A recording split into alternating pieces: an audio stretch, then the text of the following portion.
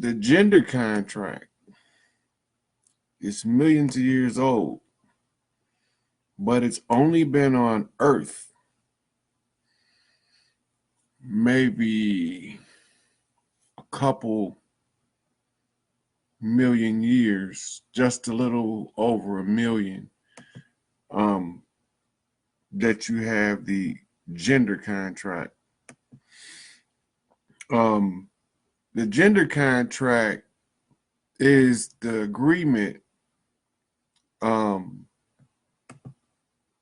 between the sexes to separate from being a united being as a single entity and to become two separate entities that come together once they become whole in order to express their divine aspects as divine masculine and divine feminine. The gender contract holds that no man should lay with a man like he lay with a woman. And in return, on the gender contract, the women, because the women have to agree to the position of the man. So the women can hire each other to hive. So under the gender contract, there's no real such thing as lesbianism, because it's part of the hiving mechanism that women have if they understood what it was that they were doing. Men, being that they cannot carry children, have to rely on the woman for the aid of reproducing itself. So when the gender contract came to Earth, Earth had a group of women who felt that Earth was about to be attacked by a physically larger, physically stronger being in the three-dimensional realm. And that the three-dimensional androgynous beings that were here, they wouldn't be able to physically contend with them being a more feminine expression of androgyny, which is a unified gender text. Like, it's not a hermaphrodite so much as a dual gender being, but it didn't have interaction. It wasn't a pack animal. And this goes back to the reptilian brain being the core brain. The original humans weren't pack animals, but they were united in one being. And that's why they never had the need to be a pack animal. And they had very, very long lifespans. And that's what you read about the decay of that. When you see Methuselah only lived 1,000 years, but when you go to Sumer, you have them living 60,000 and more. This is early years of the gender contract, which made those beings want to keep the masculine expression out front because it couldn't reproduce. And because of that, they start trying to undermine the gender contract.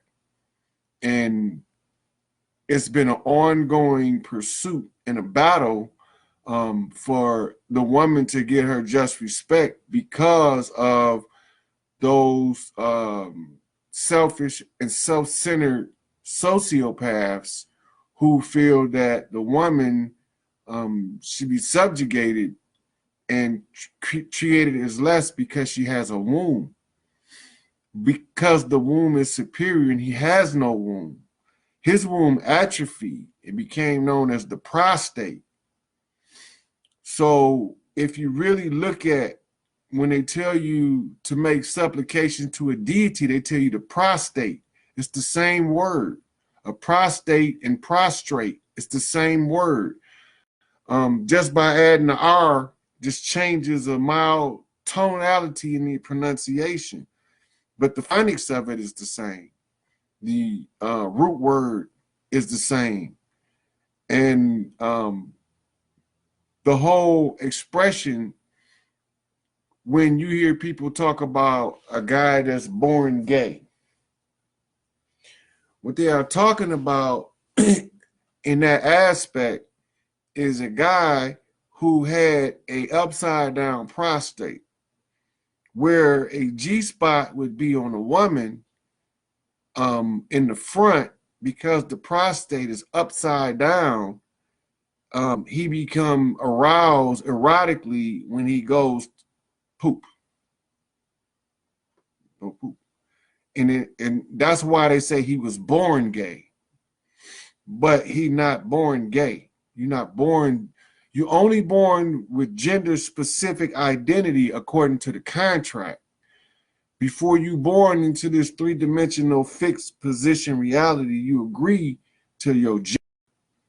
And what happens is the black goo that's at the like 3.3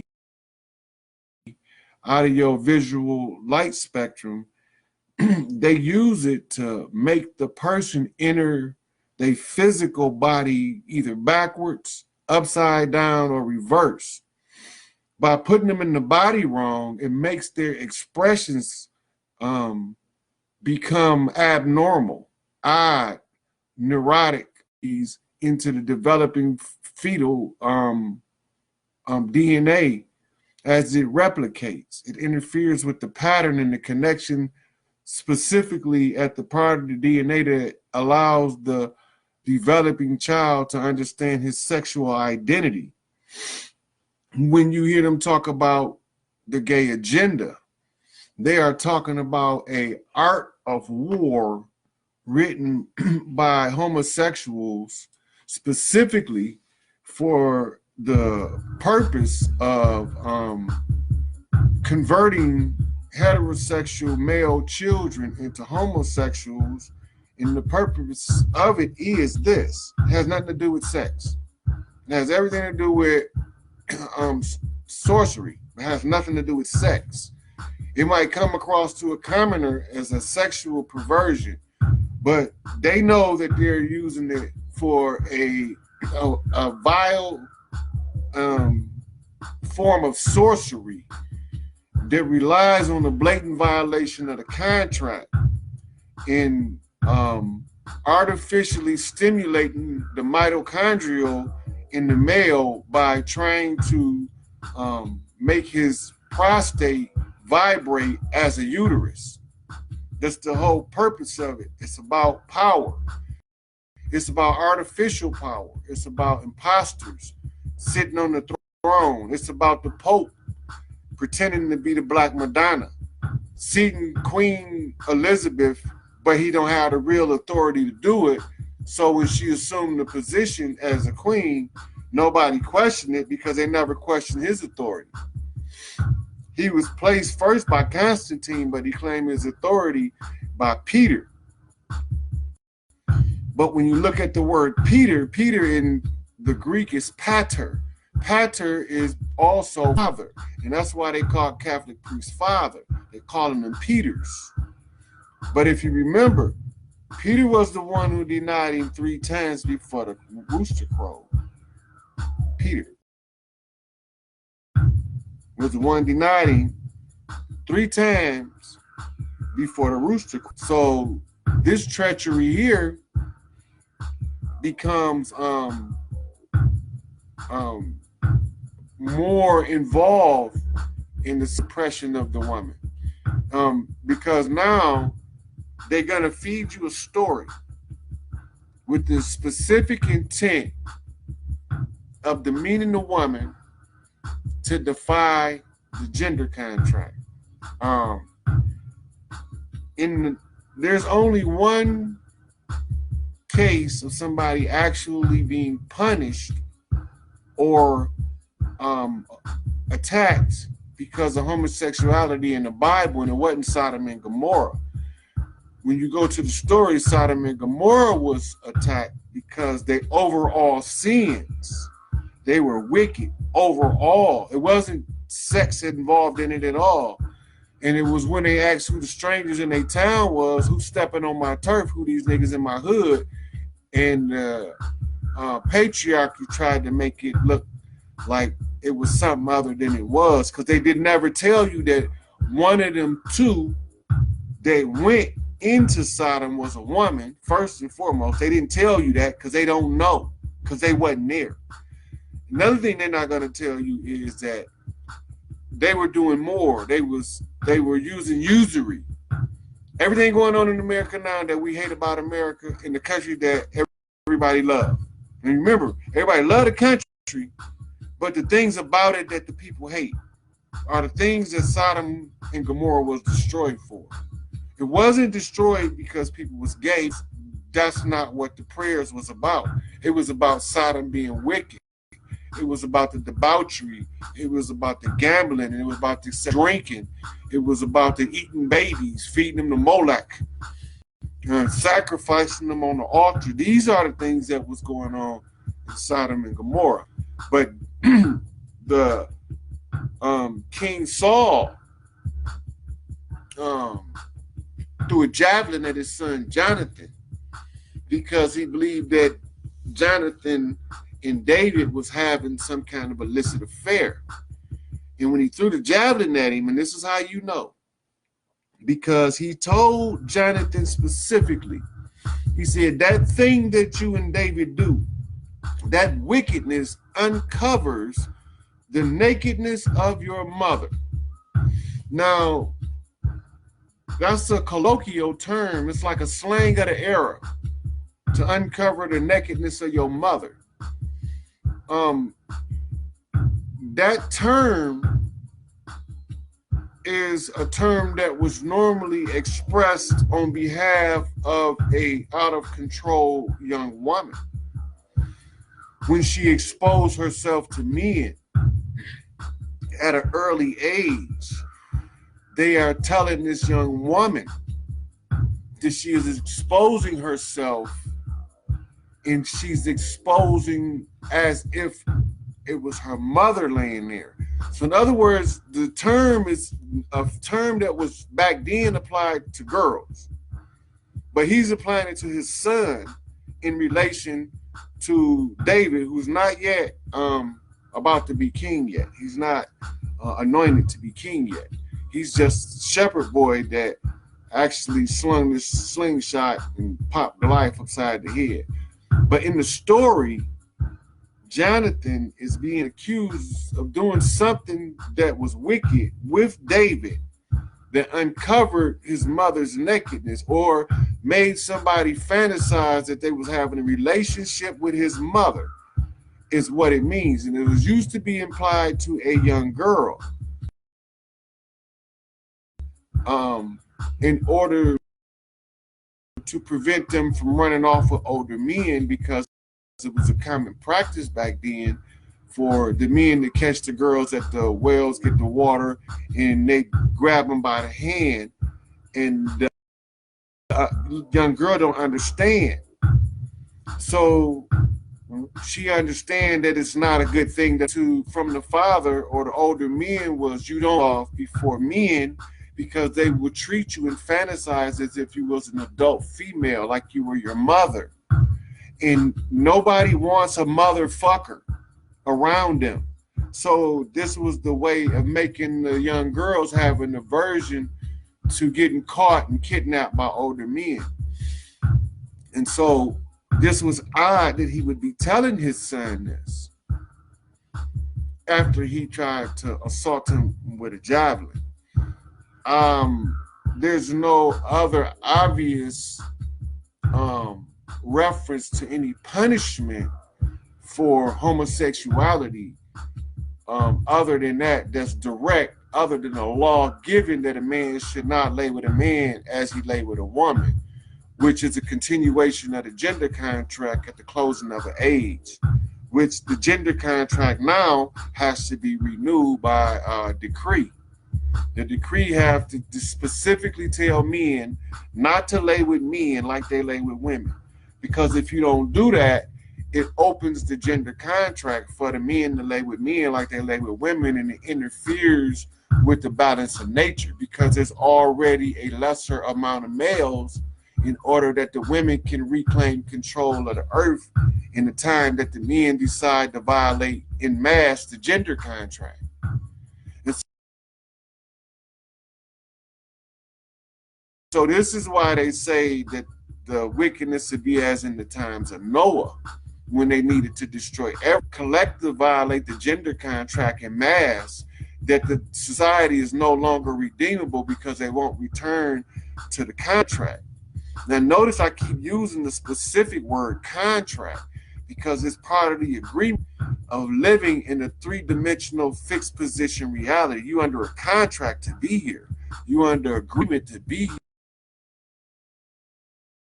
here. You didn't just come here because some cells joined together and boom, how this worked. From the spirit realm, Earth was a training part, it was a simulator. It was originally created as a soul simulator to train gods in order to be creator gods and ruler gods. In order to learn how to use powers of man, fully learn to control their abilities. By putting them in a three-dimensional fixed position reality, it allowed them the opportunity to have the maximum resistance as they developed the faculty. And that's how they was able to collapse the fourth dimension into the third dimension while beings were in suits. These organic suits it was a 12-strand DNA helix originally, because it was able to incorporate a 19-dimensional or interdimensional being that expresses itself in a three-dimensional reality. The Higgs boson was the resistor. It was the mass resistor of the third dimension. And that's why the 2012 calendar reveals the Higgs boson the following day. The Mayan calendar ends the following day the Higgs boson is discovered. This is the official recognition of the changing of the age from the Piscean into the Aquarian age, from the two fish into the water bearer. And that's why when the Christ was asked when the Son of Man was going to appear, she said, look for the water bearer. For where the water bearer goes, there he follows. So at the closing of the age, he was to come in right with the water bearer, or the age of Aquarius. These were astronomical references because the men would try to change the books. You can't change everything on earth, but you cannot change the stars in the sky. So people say astrotheology. I laugh. Okay, believe it's astrotheology if you want to. It's not astrotheology. You can change everything on earth. You can't change the stars. And if the story is told to give you the right of discovery, it will keep the star positions fixed in the story while they write everything around the star positions in a different language. And when they do that, when they write the story like that, you have to know how to both read the story and the stars. Then you have to learn how to see what's missing.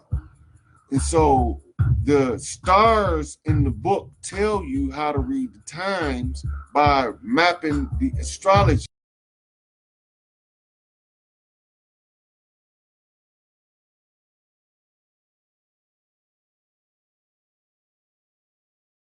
and the astronomy. They don't separate in ancient times, they only separate in modern times. Because by breaking your knowledge base into various topics, regular things, into smaller parts, they can control it better. That's called, you know, from society. While you in prison, you go to a wing, then you go to a unit, then you go to a block, you in isolation in solitary, which was the quarantine cell. And so they put the language into parts to confuse you. Then they put the knowledge in the parts to confuse you. But there's certain things they're not allowed to change. It's against the rules. And if they attempt to change those things, they instantly lose power. And they already understood that. So they knew what they couldn't change. But everything they were allowed to change, they changed it. They flipped it. They turned it upside down. They turned it backwards. They changed everything they could to keep us confused. I'm not confused. I see the stuff clearly.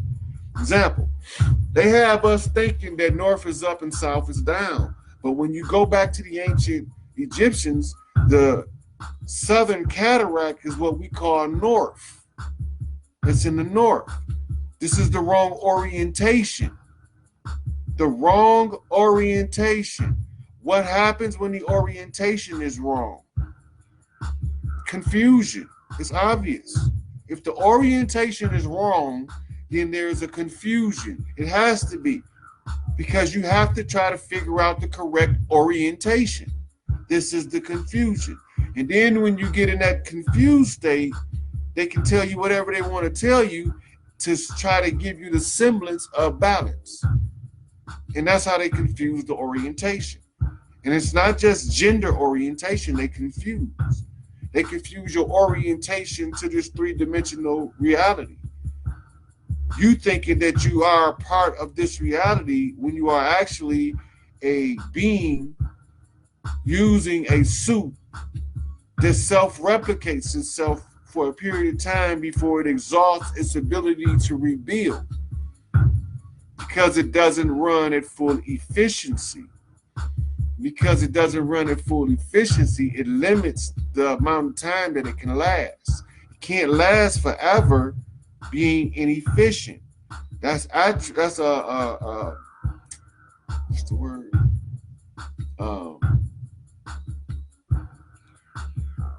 To dissipate. Entropy. It's entropy. It's the drifting away from what is balanced. And after a certain amount of drift, it begins to collapse on itself. And so we have the decaying of the gender contract at the end of every age, which makes people more apt to move in the direction of violate the contract. And so you have a group of people that want to see total destruction. So they wrote a blueprint to violating by the converting of the youth. Now, I don't care what an adult do with his orientation.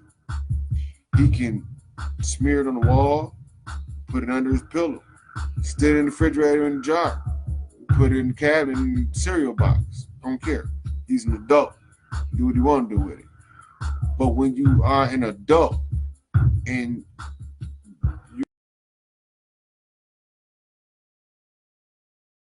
you go out of your way to confuse the orientation of a child and convert them into your orientation, never giving them the opportunity.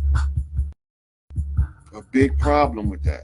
The problem is not with the adult having their orientation. The problem is hurting the child that is innocent and had no chance to discover themselves before you imposed what you was on what he wasn't. The conversion factor. You don't convert people into something that they wasn't. You don't take them out of their true nature and put them in what you feel is your nature. That's not correct. You let the child grow in the manner that they grow. You give them the wisdom to grow as wise as possible. You give them the structure to grow as orderly as possible. But you don't tell them to be other than what they are, because at that point, you are undermining their will to choose right and wrong. Can't undermine the will of the innocent when it comes to them learning how to distinguish right from wrong. People say, well, you can't tell me how to raise my child. It's not your child. It's a child of the Lord. It's not yours. You just allow from your creator. The same one created you, created your child. The same one created your parents, created your child. All the way back to the first ones created your child. You do not have a right to impose your unnatural beliefs on your child when they violate agreements made between humans and their creator. Had it not been an agreement made, there would be no consequence. But humans as a collective made the agreement as a collective.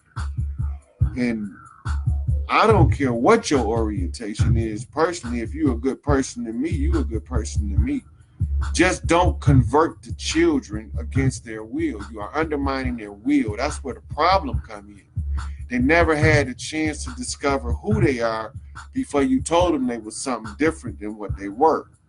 Allow them to discover themselves, and if they feel that that's what they are, then that's what they are when they become an adult. When they become self-identified, you don't impose your identity on your child. You cultivate them to develop their own identity, their own sense of self, their own understanding of life, how their creator is feeding them information. You tell them to open up to that information so that they can be the best self they can be. And if that self just so happened to be somebody that has a different orientation, then so be it. But they can't be their best self if you dictate their orientation according to yours. They have to develop that on their own. That's up to them.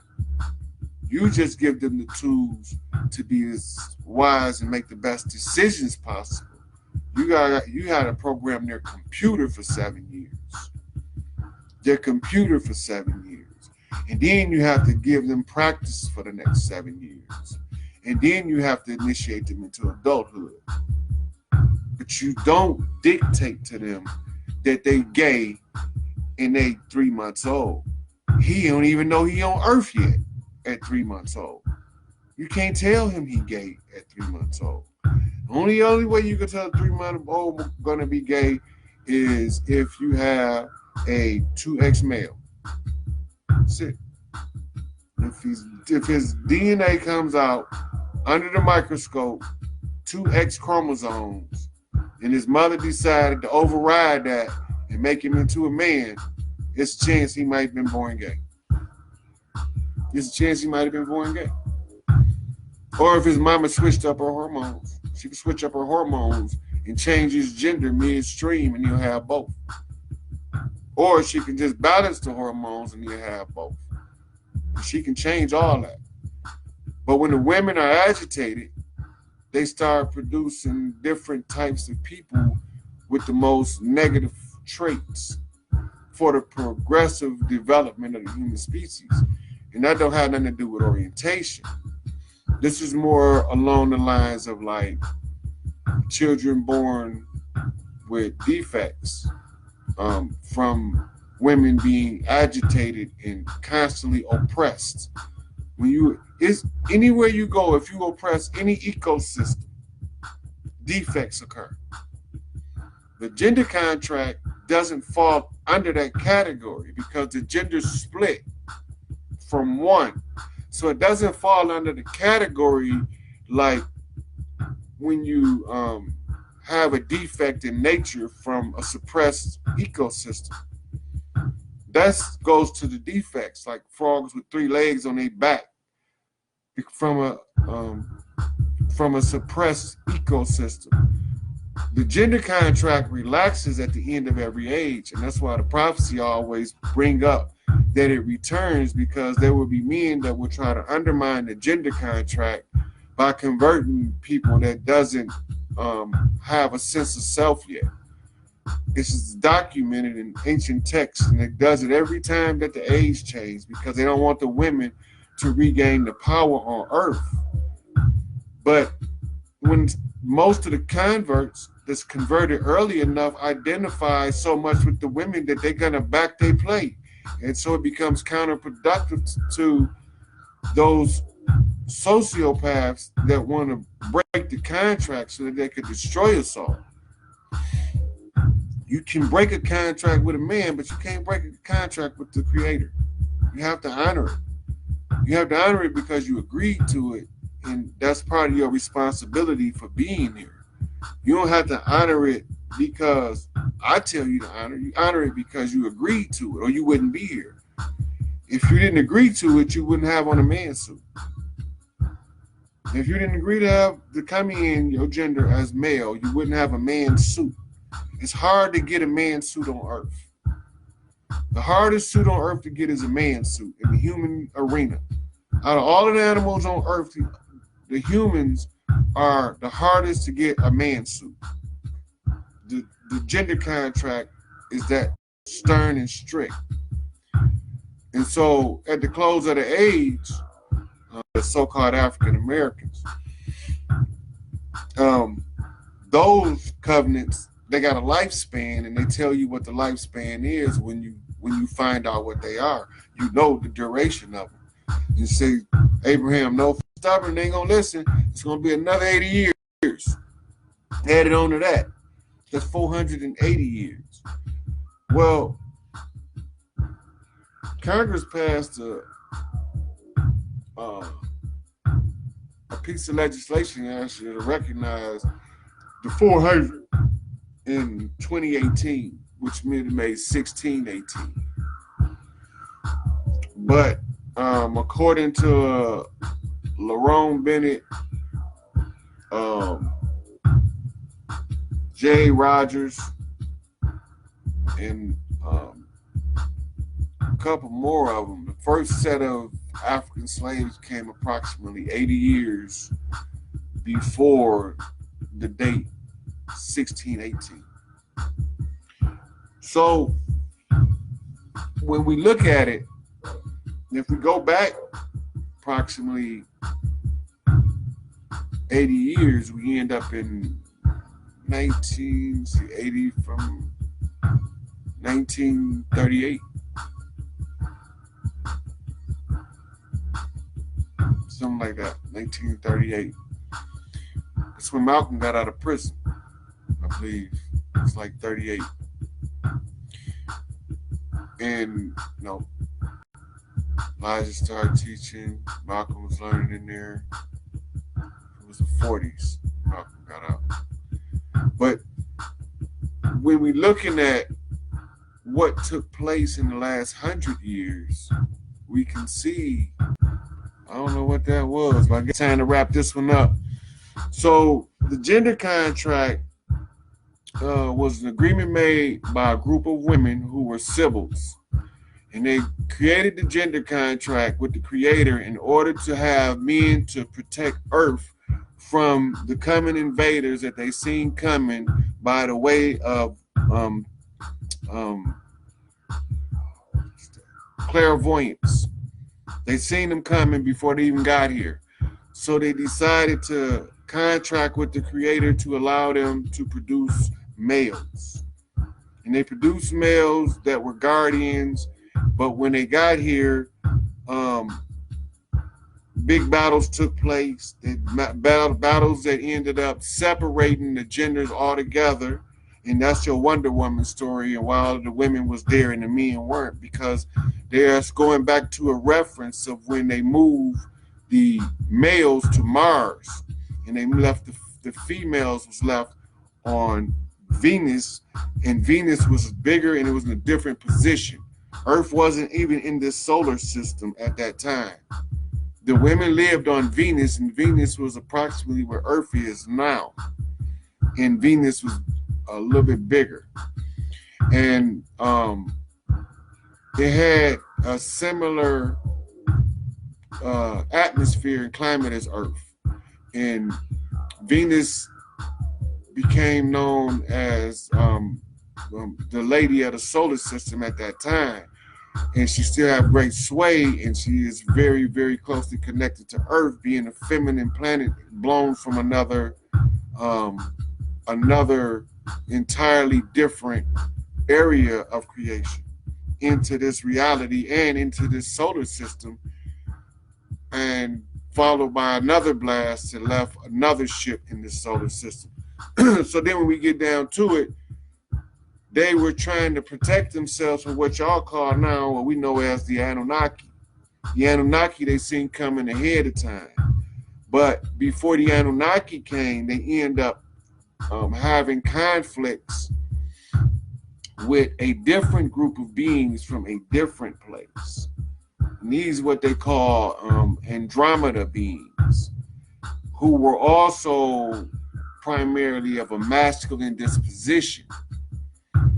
And when they came, the men and the women fought. The men and the women fought. But in that battle, the Andromeda beings, they looked like the predator.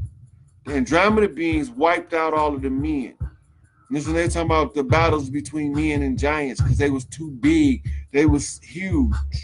But the women had mastery of the conjure and was able to change in size. And that's why you see different size statues to remind us of that in Egypt, where you have a 50-foot Ramses, a 30-foot Ramses, and a 6-foot Ramses.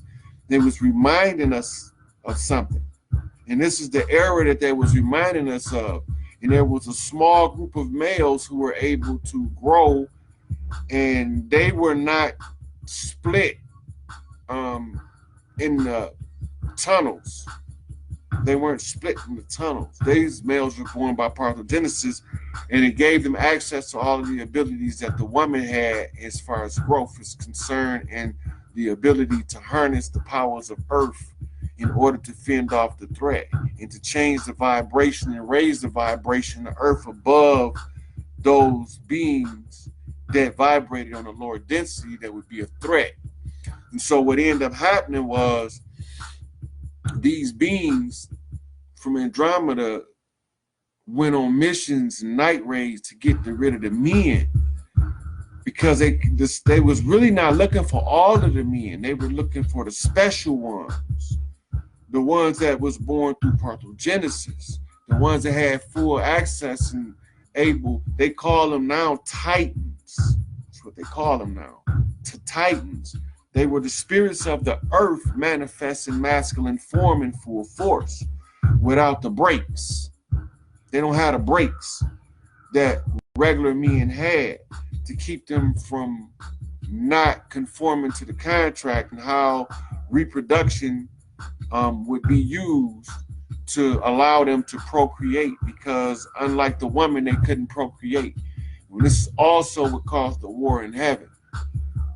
But it was a different group of beings who from a different area with the same conflict.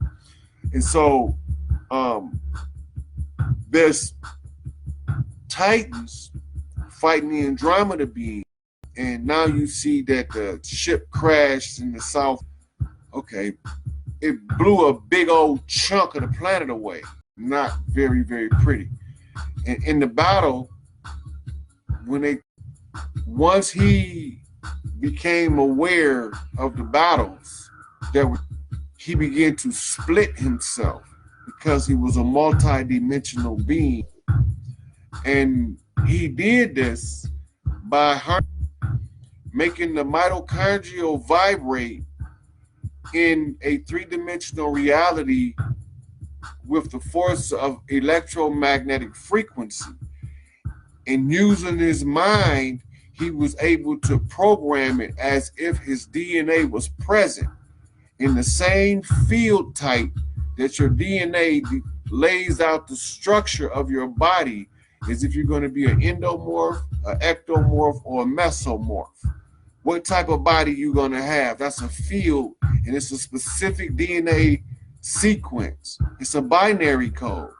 And being a spirit of the earth, he understands the code well enough where all he has to do is allow that area to vibrate that code, and it will form that form.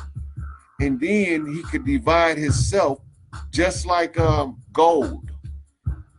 You could take a little ball of gold and you can make a 50-mile sheet of gold out of a little ounce of gold. But it'll be so thin. And this is what they call the gold in us, the platinum group metal, that tree of life, the gold and the silver cord that they don't like us talking about. I'm going to talk about it.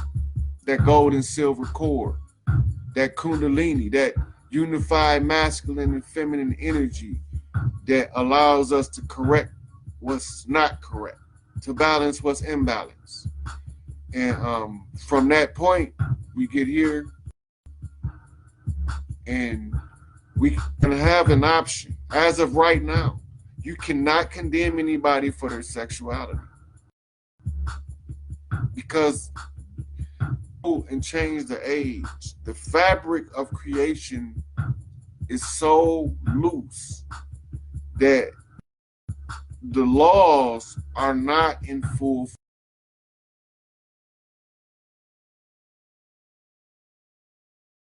force. They are relaxed. They have to relax in order to get momentum to move forward. It's almost like the contractions at labor. When it relaxes, the rules relax. The rules relax because it's about war now. It's about war. Now, we got options at the war.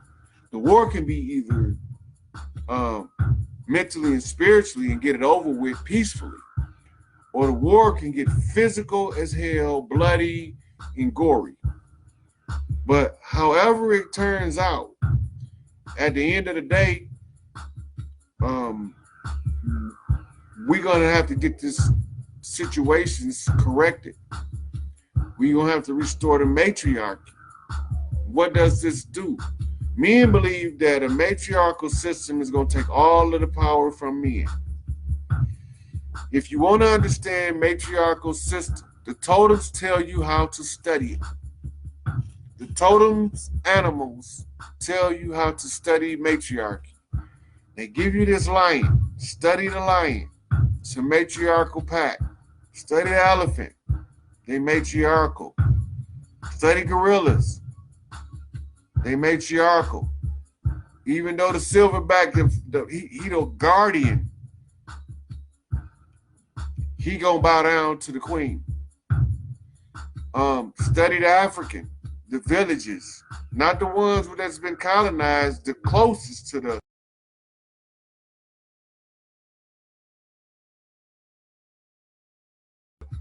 cities, but the ones that's the deepest in the bush. Study them. They show you what they're doing. Then you get one. Because unlike modern society, every one of those clans is still living in them huts. Everything they do, from the time they open their eyes at night, and everything between the two on both sides has a meaning. Every one of them has a meaning. So if you don't have a meaning for what you're doing, and you're doing things meaninglessly, then you're taking the meaning out of your. So ascribe a meaning. So the origin of the gender contract, and the origin of the gender contract over a million before the Anunnaki. And there were other beings that came, and there were other battles, but they were easy in comparison to those specific two. Those were two of the most difficult, and one of them is still underway. One of them is still underway. But even now, they want to give Earth back to Earth under the rule of Earth. But somebody has to be the representative at the Galactic Council of Earth. And so that one has the sole dominion of Earth to represent Earth in the galactic affairs, in justice and truth. And they must seek the wisdom of the ages, and they must be approved on Earth by a woman as they were approved in heaven. And when all these things converge at one time, then that is when it's all going down. I do this for my